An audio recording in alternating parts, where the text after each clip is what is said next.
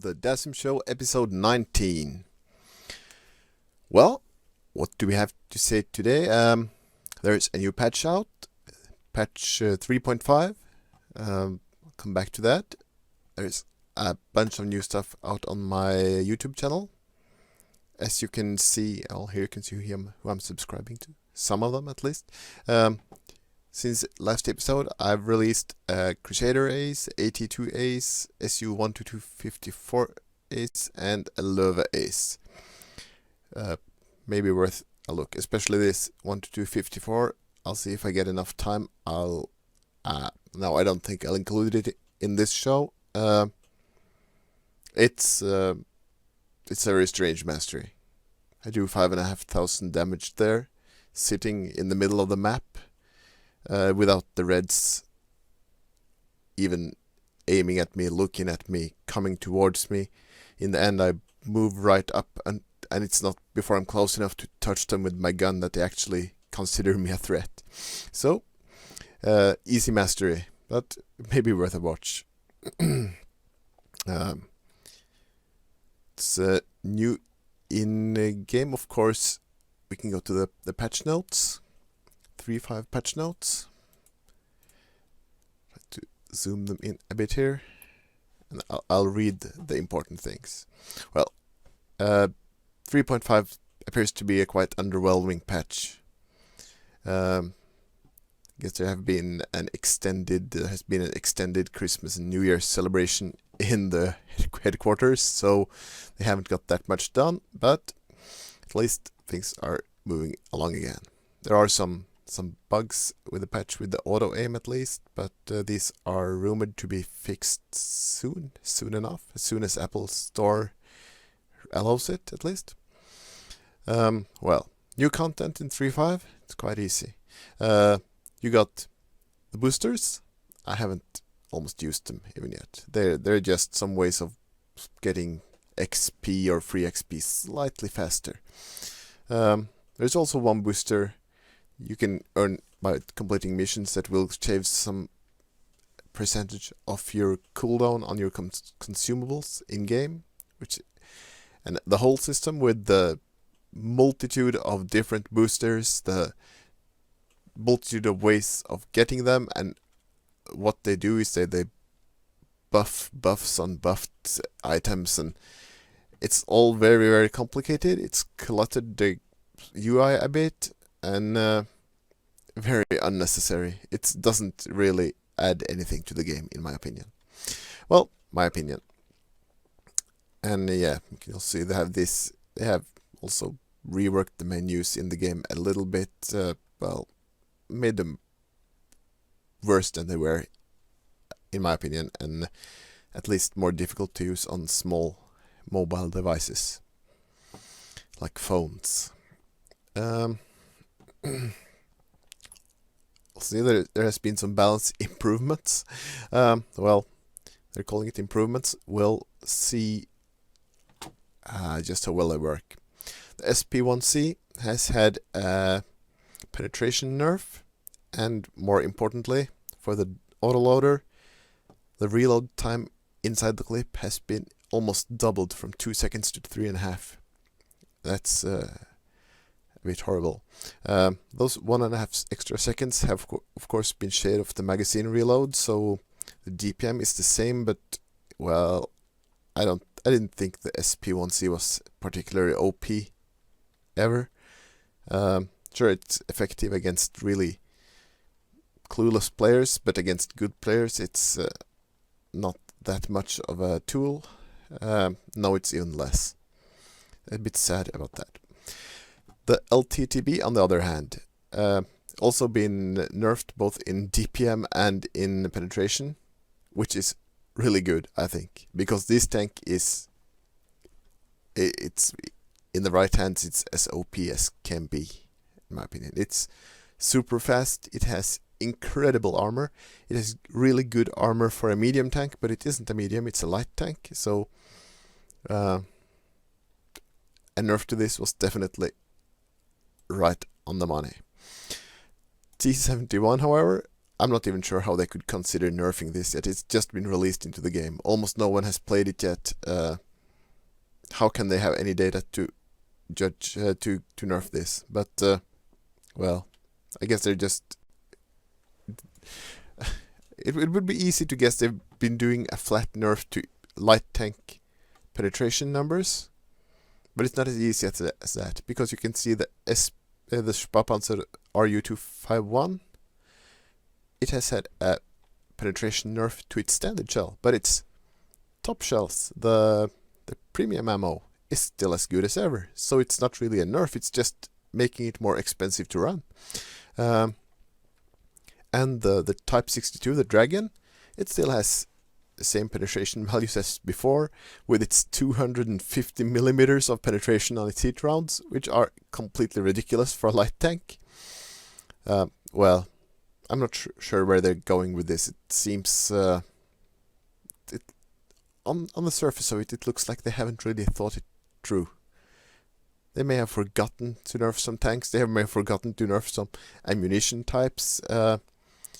The T-71 may have been sucked in along with the rest without any thought to its other weaker aspects. Well, we'll see.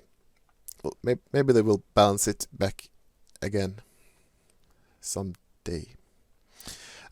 Maps. Dead Rail map was updated. Updated / ruined. Well, it's still an okay map, but it was better before, in my opinion. The whole lower area is now it's the area designated for the suicidal. I think it's the best way to say it. It's very open. It's very, very open. Anyone going down there deserves to be shot, sniped from a distance. So, of course, in Supremacy, it will be used a bit, but I haven't seen any encounter battle yet where that part below the town has been used. So, well, other things, small changes to what they can do with tournaments, some fixes. There's one fix I haven't seen an improvement. I haven't seen the notes in the notes, but that I feel it looks like I'm getting slightly lower ping than I did before the patch. 10, 20 lower. I'm usually running at 50, 60 ping.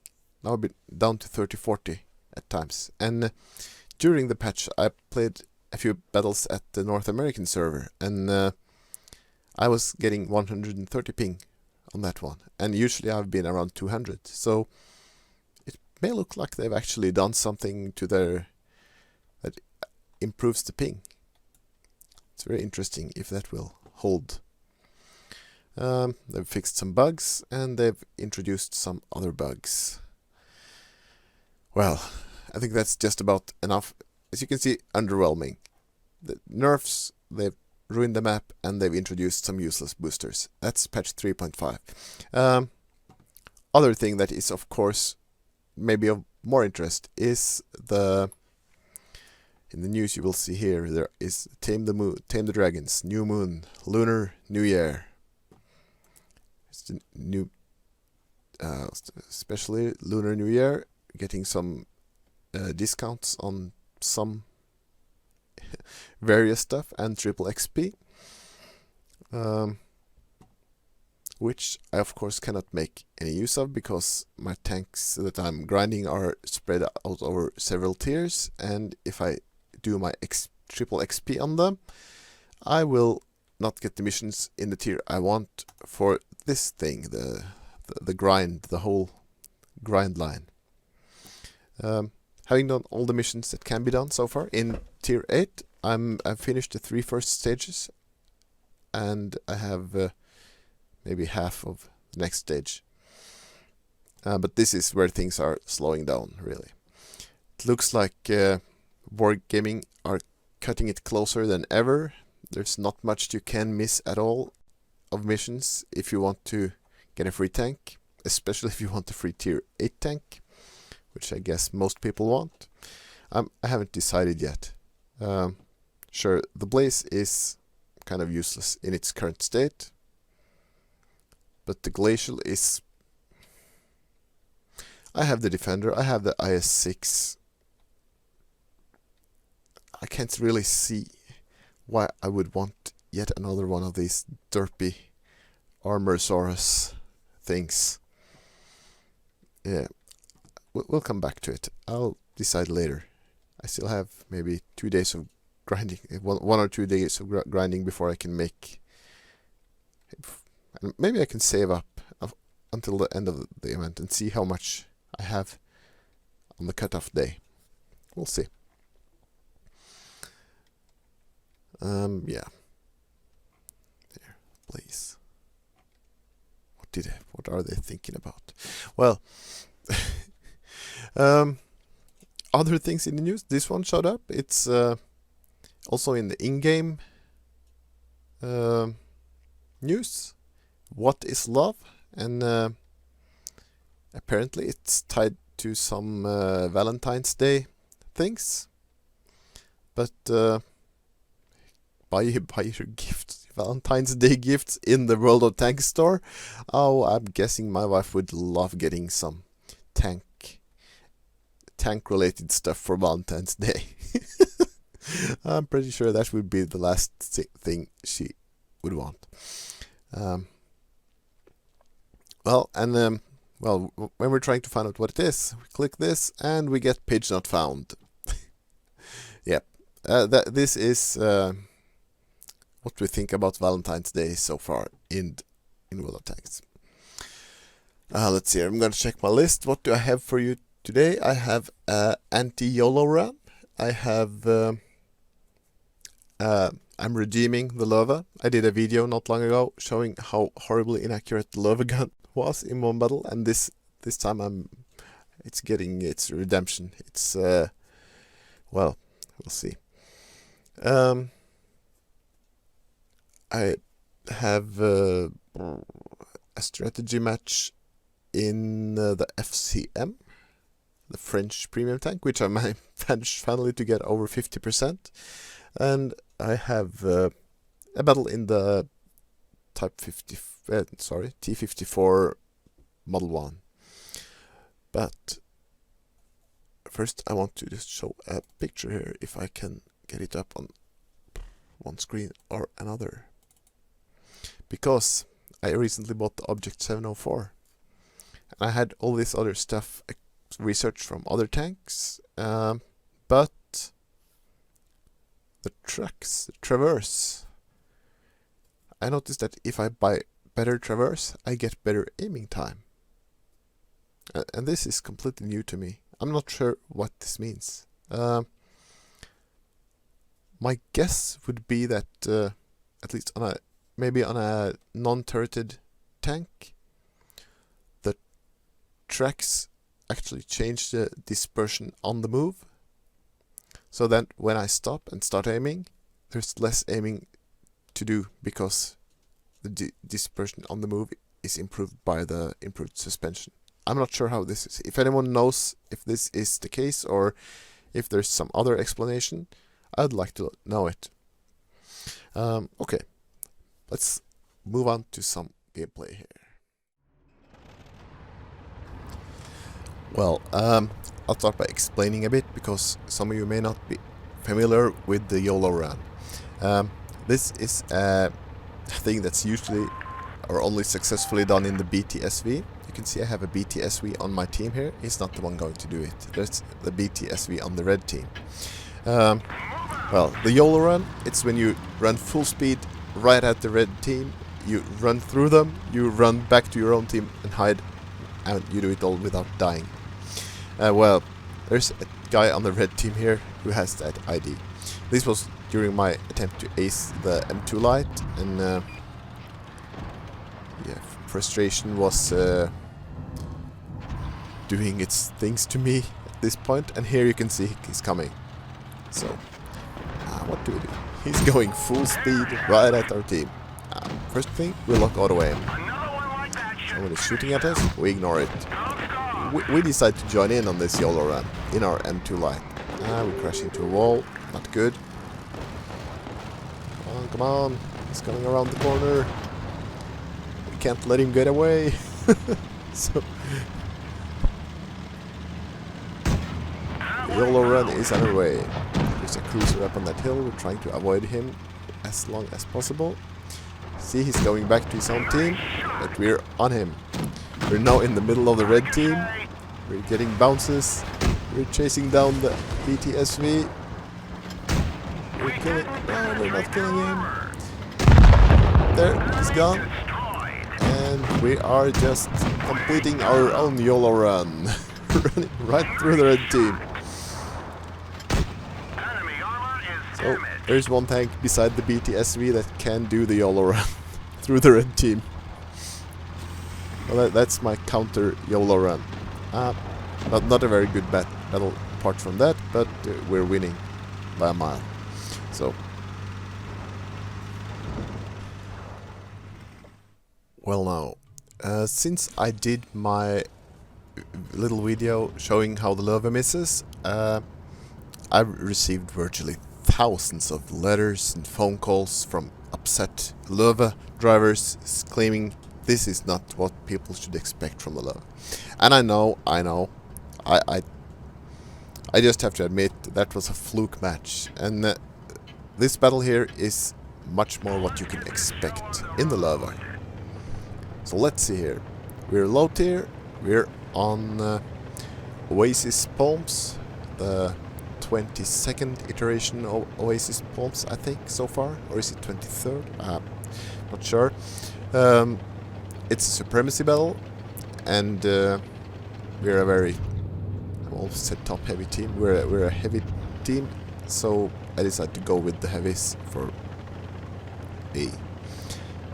We're going the outside here, because if the reds are coming the same way on their side, we have a ridge to hide behind and go hell down behind, which is good.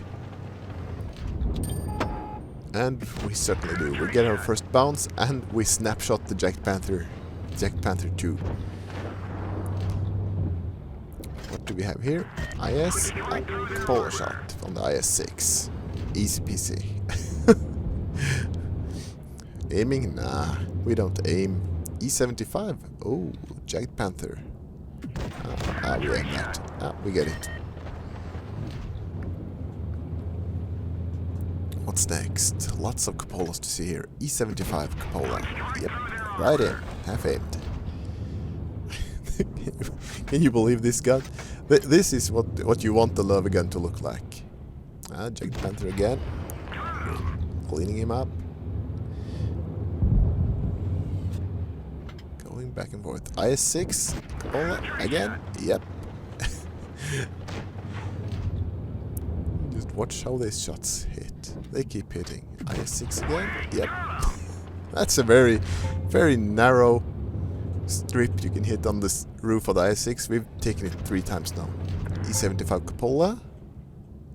Nope. Oh, maybe. He's coming back. He's coming back. Could be. Yep. Even that small, tiny, flat cupola we've hit twice now in a row. Well, of course, this kind of accuracy cannot last.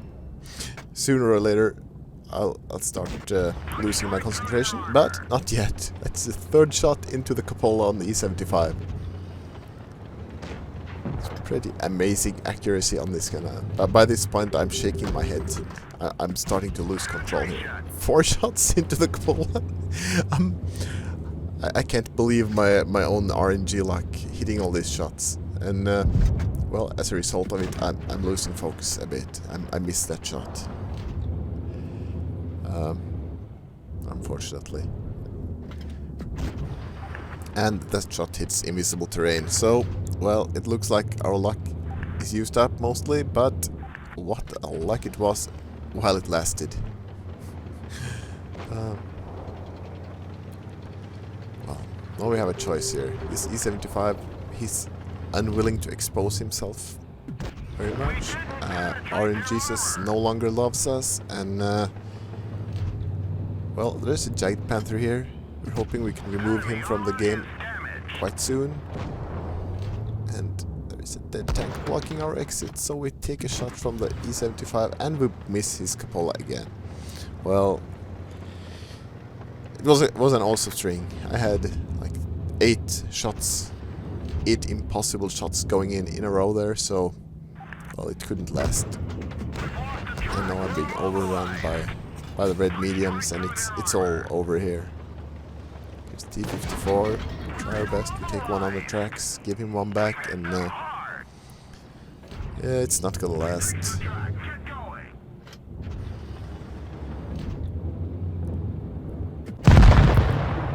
Managed to trade one last shot with the T-54, and our last teammate. I'm not sure what to write. See, I've opened the chat window, and yeah, fuck team. Sorry. Yeah, I'm a bit upset here. I was low tier heavy, and look at the scorecard. Look at the scores. I did 4,200 damage. I did was a loss. And well, RNGesus was on my side for a while, but look at this: 3 zeros, 3 donuts on my team, and no one else doing anywhere near that kind of damage.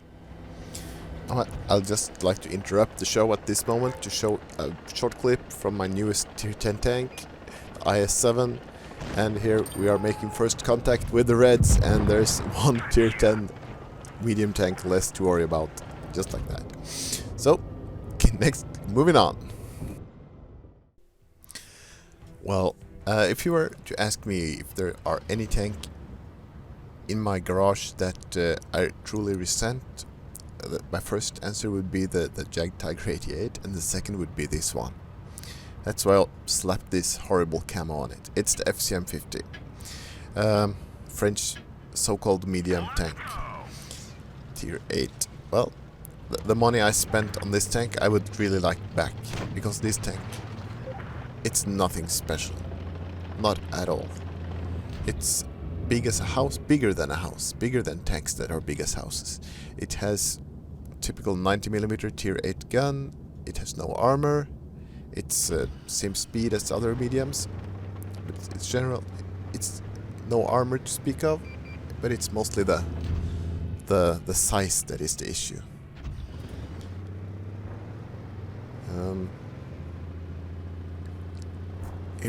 And lately I've been torturing myself a bit with it in trying to get my stats improved in it, and as you can see here, I was of course thrilled to see Himmelsdorf. This map tank needs to be played at a distance to be sneaky, so yeah, a map where you have to go up close and personal with all the Reds, that's not what I wanted. However, as we push down the right side, I can see that all the Reds are spotted out there, so I find it's safe to pull into the middle.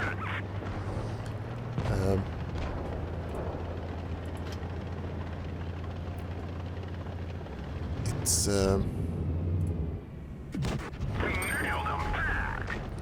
see here. Sorry, I was just a bit preoccupied. So I'm pulling into the middle, I'm putting in shots. When the Reds see me, I'm relocating. I do not want any, at least at this early stage of the battle, I don't want any brawling. I want to put in my shots from the side, and this tank, it has the speed. I'll give it that. It's one of the few advantages to this tank. It moves about quite decently. See, I can get it up to 50 here on the straights, and that's good enough for relocating. Unfortunately, this IS-8 is not willing to let me aim, so well, I've pushed down. I've visited the Reds a few times on my way here, but I've pushed all the way down to their spawn, and I've started pushing back. As long as this IS-8 doesn't look at me, I can safely put shots into him. He's focused on the E75. Yeah, he's gone. So now, to recapture a bit what I did, I moved at a distance from the Reds, trying to find lines of fire where if I'm spotted I can't be just overrun. Because if this tank is overrun, it's gone in seconds. No one can miss it, no one can not pen it, so yeah. See, finally someone gets a shot into us, and well, it's sad, but that's this stage in the game, the Reds are being worn down. The VK is trying to chase me down. I'm setting up at a side scrape angle here. I'm running towards him, trying to get around, but he managed to slip one more through us. I can't imagine this tank is it's a heavy tank on PC. And we managed just to almost get around it, but this tank is longer than two usual tanks, so he managed just to get us once again into the back of our tank. But that was a tier 9 heavy, so I can live with having lost quite a few hit points in that engagement. And again, you can see all this battle, almost right from the start until now, we have been on the side or behind the Reds. And that's like sort of a medium trick. Any tank with mobility, without much armor, that's how you want to play them. And especially on maps like this, where you can't move to one place and put shots into their side without taking return fire of any serious degree. Well, 2,600 damage delivered from the side, and you can see 58,000 credits. I don't think I fired a single premium round there. Well, it was a good battle in terms of credit making, but yeah. So that's the FCM and some medium tank stuff. Well, moving from the worst tier 8 premium tank, we're moving on to the best. Well, in my opinion, this is the T-54 Medal 1. Its only weakness, as far as I can see, is its dependency on premium ammunition. Because it's fighting a lot of big, heavy, solid tanks, and the AP penetration isn't all that. Luckily, it has APCR as premium, so it doesn't hold back its performance. Like, you can shoot tanks through their tracks, no problem. But I felt it appropriate to put in this battle after the FCM battle, and this battle is smoking hot. It's so fresh. It barely had time to save before I started editing it just now. I played this battle an hour ago. Me and my teammate, we are BK500. We are pushing around the left side. There's a KB4 here. Teammate is getting all the trouble from him, and I'm getting all the free shots from the back here. And you can see even into the side of the KV4, the KV4 being a very solid tank, but even into the side I have to use APCR to get dependable penetration, reliable. And I don't want to miss him, because every time I miss him it may mean my teammate taking another shot. Here's the poor Type 62.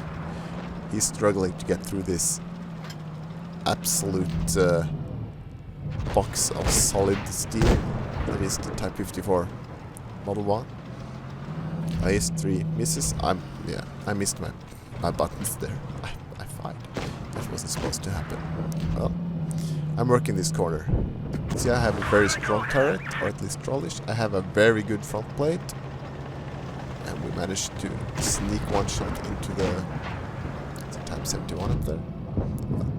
Well, here comes the cavalry. IS-3 is arriving. Look at this tank before I switch to premium ammo. It's all red.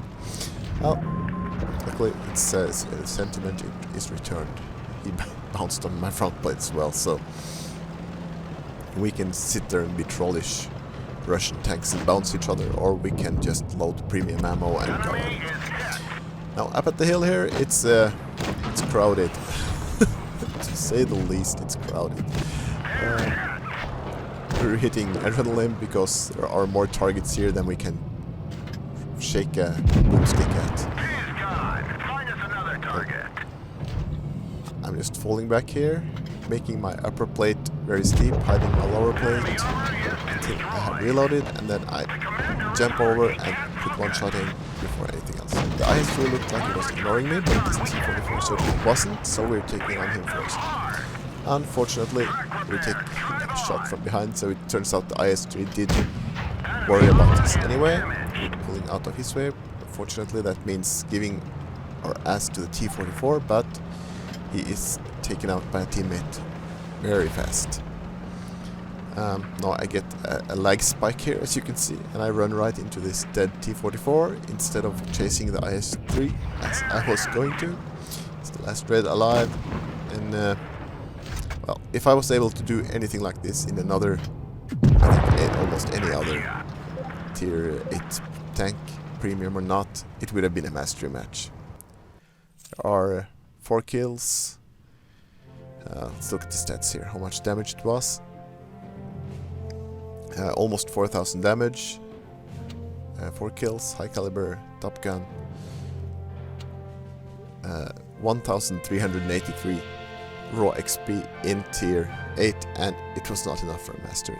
So tells a bit about what the level is for this tank.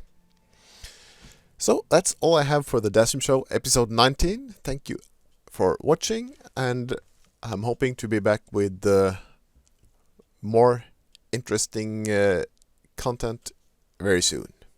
So see you all and have fun in World of Tanks Blitz.